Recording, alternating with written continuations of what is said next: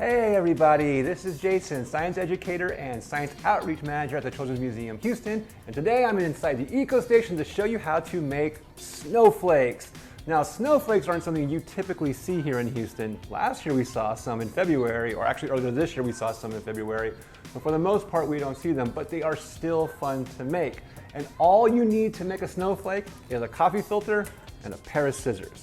Now let me show you how to make a snowflake, and then I'll give you some fun facts about snowflakes. First, take your coffee filter and fold it in half so it looks kind of like a half moon or a half sun. All right?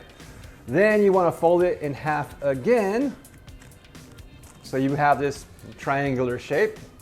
And then take half of one half and fold it over, and then take the other half and fold it over. So you have a shape almost like this triangle shape here.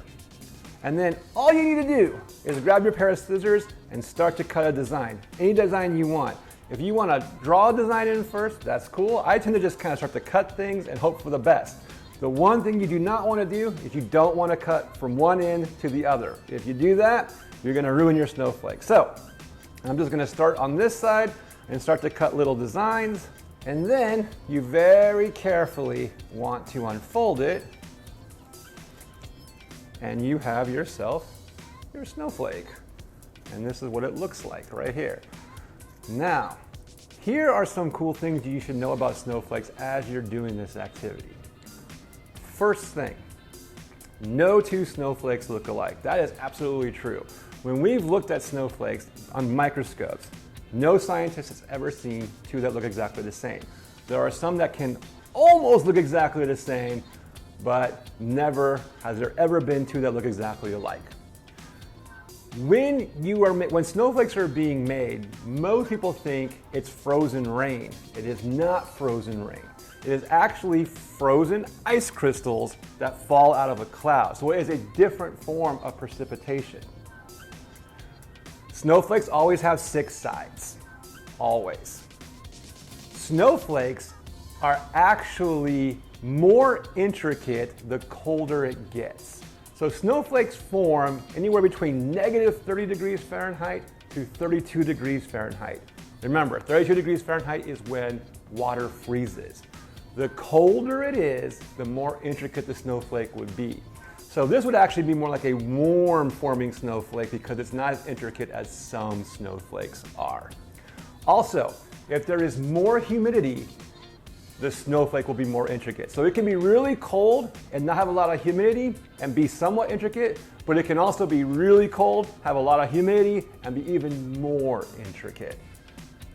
You might have noticed, if you've ever been in the snow, that snowflakes kind of drift down to the ground. They don't fall really quickly like rain. That's because they are really lightweight, but they have a relatively large amount of surface area. So when they start to drift down, just like you saw, it acts like a parachute.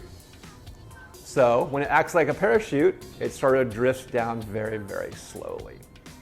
Snowflakes are not white. Snowflakes are actually clear. We tend to make them look white because when there's a bunch of snowflakes on the ground, snow, it looks white. That's because it is reflecting the natural light from the sun, and as it's getting scattered, it's actually blending all the colors of light together, which is white light. And that's why it looks white.